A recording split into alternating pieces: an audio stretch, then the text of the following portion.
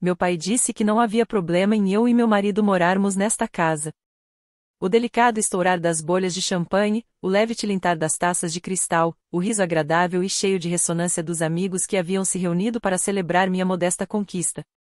A lareira crepitava, projetando padrões quentes de luz sobre o piso de carvalho polido. Aquele espaço, repleto de felicidade e de um sentimento de realização, foi tomado de repente por um silêncio absoluto, como se estivesse congelado sob uma espessa camada de gelo no instante em que aquelas palavras foram ditas. Minha irmã Olivia declarou aquilo em voz clara e firme, como quem reivindica um direito inquestionável que não admite discussão. Seus cabelos loiros, perfeitamente arrumados, refletiam a iluminação luxuosa da casa, cintilando e reluzindo de forma tão intensa que chegava a incomodar. Aquele brilho parecia ostentar-se como se fosse o reflexo da própria conquista dela roubada de mim. Esta era a minha casa, finalmente conquistada. Meu castelo, meu refúgio. Por trás da máscara de contadora, simples e discreta aos olhos do mundo, eu era na verdade uma investidora feroz. Com meu olhar fixo nas verdades escondidas entre as linhas de números em demonstrativos de lucros e perdas e balanços patrimoniais, fui construindo em silêncio, sozinha e de forma constante, meu portfólio imobiliário. E aqui estava a 10ª obra-prima, um marco, o auge, meu castelo dos sonhos, avaliado em $1,02 milhão. Nesta noite, na festa de inauguração da casa, a estrela não deveria ser outra senão eu. Este espaço deveria estar preenchido apenas por palavras de admiração e congratulações dirigidas a mim. Meu marido, Jason, provavelmente já estaria levando nossas malas para a suíte principal. Era inacreditável. Palavras em que meus ouvidos mal podiam acreditar, como se meu cérebro se recusasse a compreender o sentido delas sem minha permissão, sem meu consentimento, sem sequer o meu conhecimento. O quarto principal, o espaço especial sobre o qual eu havia debatido incontáveis vezes com o arquiteto, desde a fase de projeto da casa. O lugar que eu mais valorizava. O lugar onde, depois de um dia de batalhas, eu deveria finalmente tirar minha armadura e encontrar paz nas profundezas do meu coração. E agora estavam prestes a profanar meu santuário com sapatos enlameados. Trouxeram as malas espalhafatosas de Olivia, de estampa de onça, que ela deve ter escolhido em êxtase infantil, e as almofadas berrantes que certamente comprará em alguma loja barata. Lixo sem valor, que não refletia nada além do gosto dela. Quanto a Jason, exibido e facilmente influenciável pela opinião alheia, devia estar carregando a bagagem sem pensar, apenas obedecendo às ordens de Olivia. A simples ideia disso me enchia de um nojo frio, que subia do fundo do estômago. Buscando ajuda, depositando minha última esperança nele, voltei-me para meu pai. Ele, como convidado de honra da casa, saboreava com satisfação o raro uísque single malt que eu havia preparado especialmente para esse dia, sentado no lugar mais privilegiado, ao lado da lareira, girando o líquido âmbar na taça e apreciando seu aroma intenso. Sua postura parecia a de um verdadeiro dono desta casa. Com certeza ficaria do meu lado, a filha mais velha. Com certeza repreenderia Olivia de forma severa por seu comportamento absurdo, completamente insano. Sim, tentei acreditar nisso. Em algum lugar dentro de mim, eu ainda me agarrava desesperadamente à ilusão de família. Porém, quando meu pai encontrou meu olhar aflito, avançou em minha direção com passos pesados, como se entendesse plenamente o que eu suplicava, sem um traço de vergonha. Seu caminhar firme lembrava o de um general vitorioso, passeando por território inimigo após a conquista. Então, com um tom perfeitamente calculado para que os convidados ao redor ouvissem, mas com palavras afiadas como lâminas destinadas apenas a mim, ele falou: Ava, Olivia está certa. Suas irmãs não têm onde morar. Com a recessão, o emprego de Jason ficou instável. Dizem que nem conseguem pagar aluguel. Você já conquistou o suficiente para viver em uma mansão como esta. Ajudar sua família em dificuldade é o seu dever natural, tanto como ser humano quanto como filha, não é? Chegou a hora de finalmente retribuir a dívida de gratidão pelos sacrifícios que fizemos para pagar seus estudos. Naquele instante, senti as peças espalhadas do quebra-cabeça em minha mente se encaixando, uma após a outra. Cada ponto se ligava em uma linha fria e clara. Não era que eles não pudessem pagar aluguel. Era que não queriam.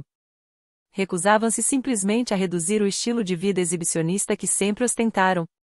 embora meu pai devesse viver confortavelmente com a aposentadoria, eu sabia que ele havia desperdiçado a maior parte em sustentar Olivia de forma exagerada, em clubes de golfe e jantares em restaurantes de luxo. Isso não era apenas egoísmo impulsivo da minha irmã. Era um plano cuidadosamente premeditado, orquestrado por toda a família para tomar minha riqueza e meu sucesso. Eles queriam desfrutar da vida elegante desta mansão que conquistei com sangue e sacrifício, sem pagar nenhum preço por isso. Meus esforços, meus sonhos, minha juventude sacrificada para eles não passavam de ferramentas convenientes para alimentar desejos intermináveis. A verdade inabalável era que eu havia pago integralmente meus estudos universitários sozinha, com múltiplas bolsas e incontáveis horas de trabalho em empregos de meio período. Esse fato parecia ter sido apagado por completo da memória conveniente de meu pai. Enquanto eles desfilavam em carros de luxo novos e exibiam álbuns de viagens à Europa para os parentes, recusaram-se a apoiar minha educação com a justificativa ultrapassada de que faculdade era desnecessária para mulheres e com as palavras insultuosas: "Não acho que você valha um investimento." Os bens da família sempre existiram apenas para sustentar o orgulho e o prazer deles. Para ele, eu continuava sendo apenas a filha ingrata, que só havia conseguido algo por causa das oportunidades que eles deram. Os olhares confusos e cheios de pena dos meus amigos me atravessavam como flechas. O quê? Pobre Ava. De longe, mas nitidamente, ouvi o sussurro de uma simpatia inegável. Porém, essa mesma compaixão era agora a mais insuportável das humilhações, uma lâmina que raspava minha alma. No palco que deveria celebrar meu sucesso e honrar meu esforço, eu era vista como uma vítima miserável, acuada pela própria família. No limite do meu campo de visão, enxerguei Benjamin, meu mentor no ramo imobiliário e também meu advogado de confiança, tanto nos assuntos pessoais quanto profissionais. Ele estava sentado em um sofá no canto da sala, observando-me com uma expressão firme, mas serena. A única coisa que mantinha um fio de sanidade e confiança em mim, naquele teatro de loucura, era o olhar firme dele.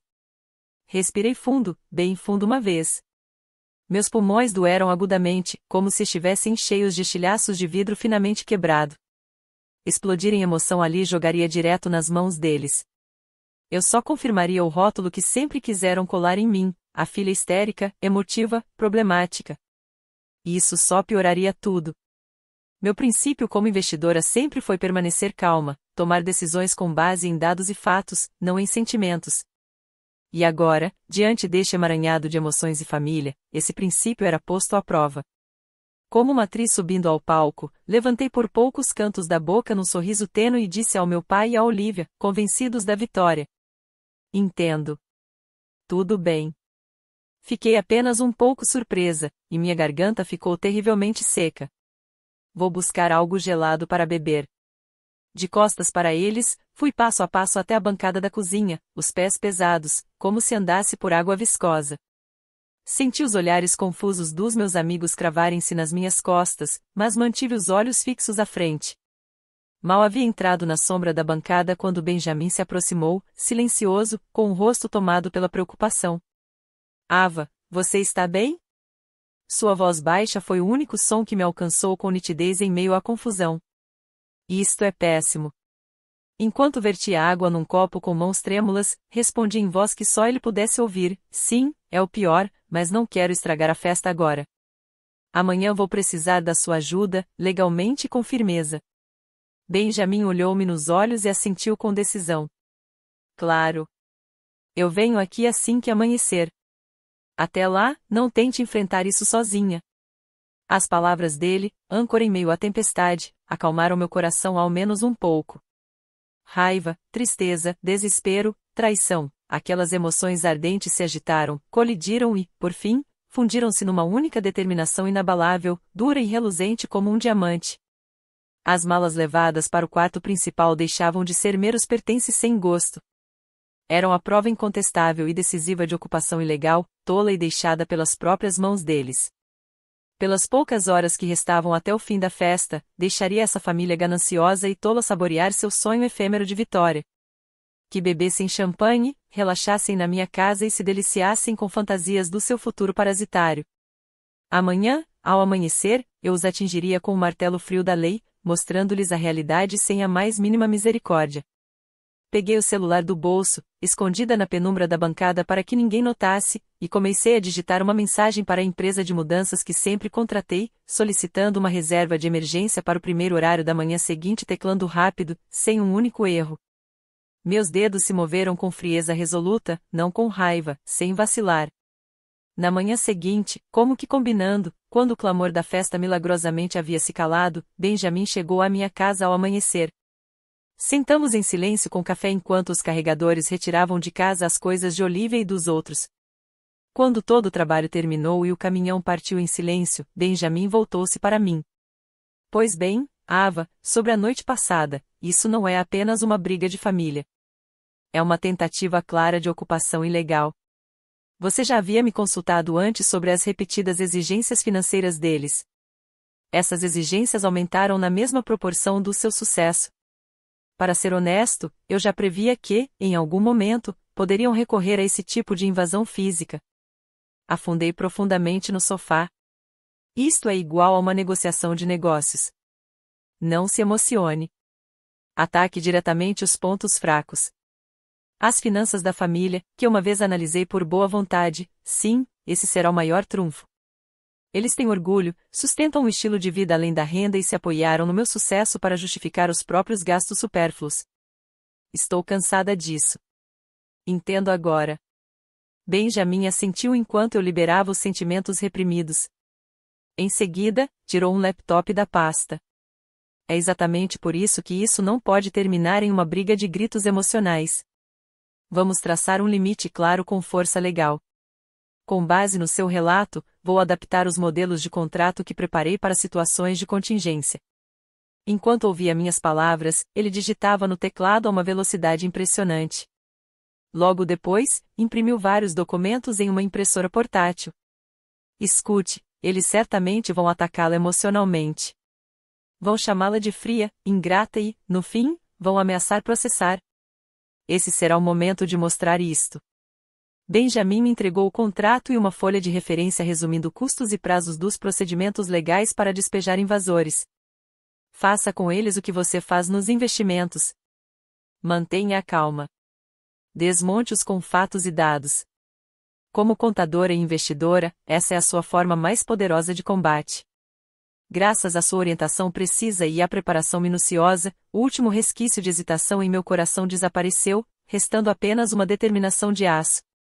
Logo em seguida, como se fosse um roteiro, a campainha da minha casa soou estridente e insistente. No monitor, exatamente como previsto, estava meu pai, o rosto ruborizado de fúria e, ao lado dele, minha mãe, prestes a desabar em lágrimas, mas igualmente tomada pela raiva. Olhei para Benjamin em busca de confiança. Então, lentamente, como em câmera lenta, abri a pesada porta da frente.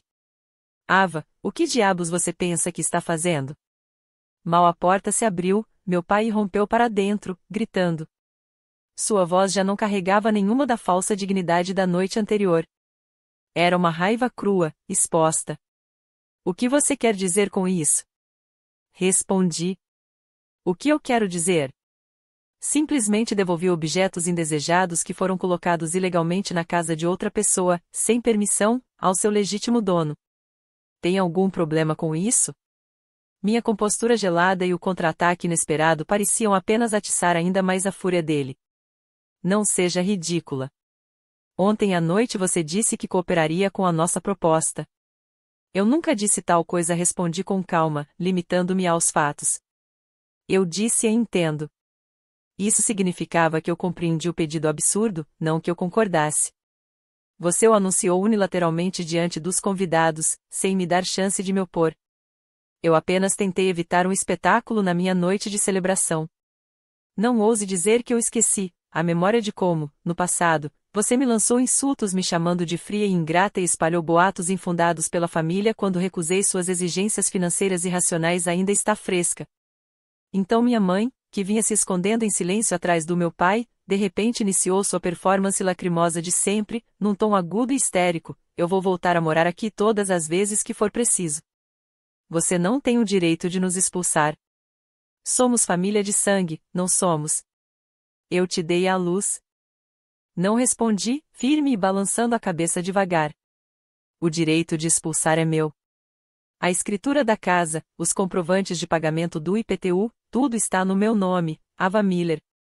E se você pisar nesta propriedade novamente sem minha permissão explícita, ou se ousar dizer que pretende morar aqui, eu chamarei a polícia sem hesitar. Ao ouvir isso, minha mãe me olhou incrédula, como se a filha estivesse de repente falando em língua estrangeira. A polícia? Somos família. Por que chamaria a polícia? Se você fizesse isso, seríamos envergonhados na comunidade.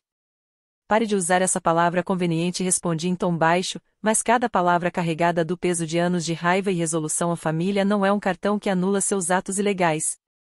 O que vocês fizeram ontem, mesmo sendo parentes por sangue, constitui um crime claro segundo a lei, invasão e ocupação ilegal. Infelizmente, laços de sangue não são perdão para esses crimes. Minhas declarações calmas e embasadas legalmente deixaram meu pai e minha mãe sem palavras pela primeira vez. Aos poucos, finalmente começaram a compreender de verdade quão profundamente razoável e condenável fora o plano egoísta deles. Meu pai reuniu o que restava de seu orgulho em ruínas e, como último ato de resistência, forçou uma voz. Vou chamar um advogado e processar você. Vou mostrar ao mundo que você é uma filha fria que não cuida dos pais. Que coincidência, arqueei levemente o canto da boca. Exatamente por isso eu me preparei com antecedência. Virei meu olhar para Benjamin, que estava sentado, calmo, no sofá da sala. Benjamin aqui é meu advogado, e ele é especialista em direito imobiliário. Quer ouvir diretamente de um profissional o quão temerária e perdida é essa sua ideia? Olhei meu pai diretamente nos olhos. Já não havia mais diante dele uma filha amedrontada. E se você quer falar em me processar, eu aceito na boa. Pai, você sabe quanto tempo e quanto custa, em média, o processo de despejo de ocupantes ilegais? Primeiro vem uma carta registrada, depois o ingresso da ação de despejo na justiça. Nesse meio tempo, acumulam-se honorários advocatícios, custas processuais e horas infinitas de trabalho. Todos esses custos ficam integralmente a cargo da parte vencida. Com a situação financeira de vocês hoje, conseguem arcar com despesas tão enormes? Continuei, implacável. Lembre-se de quando eu, como contadora, analisei as finanças da casa por boa vontade anos atrás. Assinaturas de clubes de golfe muito além da renda, seguros inúteis e gastos extravagantes com entretenimento só para manter as aparências. Naquela época eu avisei, continuar assim levaria ao colapso. Vocês ignoraram o aviso e continuaram a desperdiçar e este é o resultado. Benjamin levantou-se em silêncio, com uma presença imponente que tomou conta da sala, meu pai recuou um passo, como intimidado. O sangue lhe sumiu do rosto, a fúria transformando-se em medo. Ficou claro como o dia que eles não tinham chance de ganhar. Se você quiser manter, daqui em diante, ao menos o mínimo de relacionamento comigo como pai e filha, só há uma condição.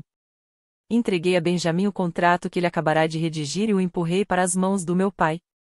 No documento estava afirmado, de forma clara e objetiva, que a partir de agora eles nunca mais fariam cobranças financeiras contra mim. Não teriam qualquer ingerência sobre meus bens. E, ao visitar minha casa, deverão primeiro obter minha autorização e agendar um horário.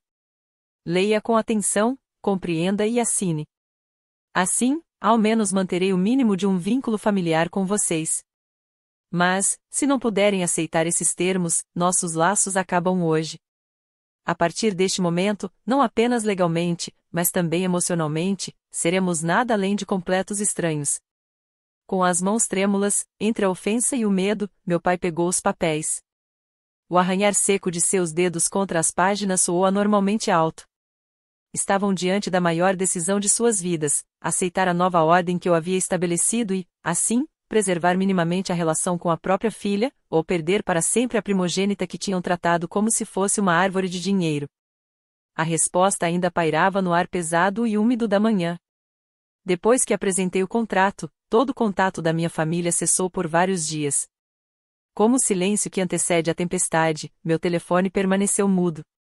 O que finalmente rompeu esse equilíbrio sufocante foi uma ligação de uma pessoa completamente inesperada, Jason, o marido de Olivia.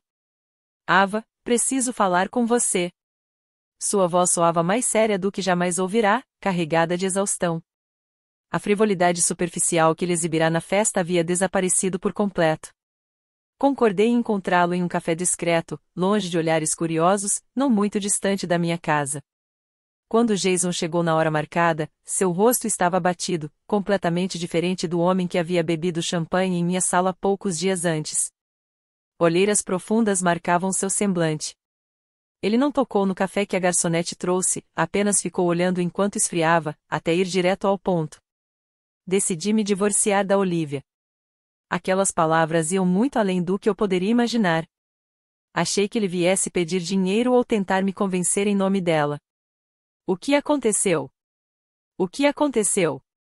Jason soltou uma risada seca, cheia de autoironia. Você estava certa. Estávamos a um passo de nos tornarmos criminosos de verdade. Depois confrontei Olivia e os pais dela sobre o absurdo de tudo aquilo, e eles confessaram. Olivia me disse, a Ava preparou um quarto para nós. É surpresa, vamos anunciar na festa. Por isso carreguei as malas, como mandaram. Ela dizia que era natural ajudar a irmã que havia prosperado e tinha condições. Fui um tolo em acreditar tão cegamente. Mas tudo era diferente. Desde o início, eles haviam me manipulado com um plano meticuloso para parasitar da sua casa. Quando você caminhou em direção à cozinha e o ar congelou, quando vi os olhares de pena dos seus amigos, foi a primeira vez que percebi que algo estava terrivelmente errado. Sua família não tem o mínimo senso de decência ou ética. As palavras dele já não soavam como a história de outra pessoa. Carregavam a dor da minha própria ferida, obrigando-me a revivê-la. Ele também era vítima daquela família. Olivia não conhece o verdadeiro significado de trabalho. Ela não entende o valor do dinheiro, nem quanto esforço e responsabilidade ele representa. Sempre acreditou que era algo que os pais, e depois você, proveriam incondicionalmente. Não posso passar o resto da minha vida com alguém assim. Estou farto, do fundo da minha alma. Com isso, Jason se levantou, deixou dinheiro sobre a mesa para pagar tanto o café intocado dele quanto o meu, e saiu sem dizer uma palavra de despedida. Refletido na porta de vidro, seu semblante mostrava a solidão esmagadora e a determinação de um homem que havia tomado uma decisão pesada. Naquela noite, depois de jantar sozinha e já trabalhando em meu escritório, ouvi uma batida leve e hesitante na porta de entrada. Ela nem sequer teve coragem de tocar a campainha. Pelo olho mágico, vi Olivia em pé, com os olhos vermelhos e inchados de tanto chorar. As roupas de grife que exibirá na festa agora estavam amarrotadas e desalinhadas. Assim que abri a porta, ela desabou no chão e começou a chorar como uma criança. Ava, me desculpa. Eu estava errada em tudo. Jason me entregou os papéis do divórcio. Não a convidei para entrar. Apenas permaneci ali, de pé, com a porta aberta, deixando o ar frio da noite entrar, olhando de cima, calma e sem emoção, para minha irmã, que soluçava nos degraus de pedra da varanda. Não havia compaixão. Havia apenas a fria verdade das consequências que ela mesma havia provocado. Alguns instantes depois, meus pais chegaram ofegantes, claramente por terem corrido atrás dela. Ao verem a cena, ficaram sem palavras. A filha caçula, antes tão mimada e valorizada, agora reduzida a uma figura arruinada e lamentável. Esse foi o desfecho inevitável trazido pelo amor distorcido e pela criação equivocada que haviam dado. Meu pai disse: Ava, sinto muito. Estávamos errados em tudo. Nos apoiamos demais em você, dependemos demais de você. Minha mãe apenas ficou ao lado de Olivia, chorando em silêncio. Eu não os convidei a entrar. Este castelo que construí com meu sangue, suor e lágrimas já não era mais um refúgio no qual poderiam entrar de forma descuidada e inconsequente. Precisavam compreender isso com o próprio corpo. A vingança já havia terminado. Na verdade, nunca fora a vingança o que eu buscava. O que eu sempre desejei foi o respeito básico devido a qualquer ser humano independente e um limite claro, inabalável, que nunca mais seria ultrapassado. Palavras já não eram necessárias. Peguei um cartão de visita sobre a mesa da sala e o coloquei suavemente na mão do meu pai. Era o cartão de um excelente consultor financeiro que Benjamin havia me apresentado. Meu sucesso não viera por sorte. Foi fruto de pesquisas de mercado minuciosas, de uma gestão de riscos meticulosa e, sobretudo, do julgamento frio, não influenciado por emoções. O que sempre faltou à sua família foram exatamente essas coisas. Continuei, com a voz calma, mas com a autoridade de uma professora diante de alunos ignorantes. Se vocês realmente reconhecem seus erros do fundo do coração e querem recomeçar com suas próprias forças, então este será meu último investimento em vocês. Todos devem fazer o curso básico de gestão financeira ministrado por essa pessoa.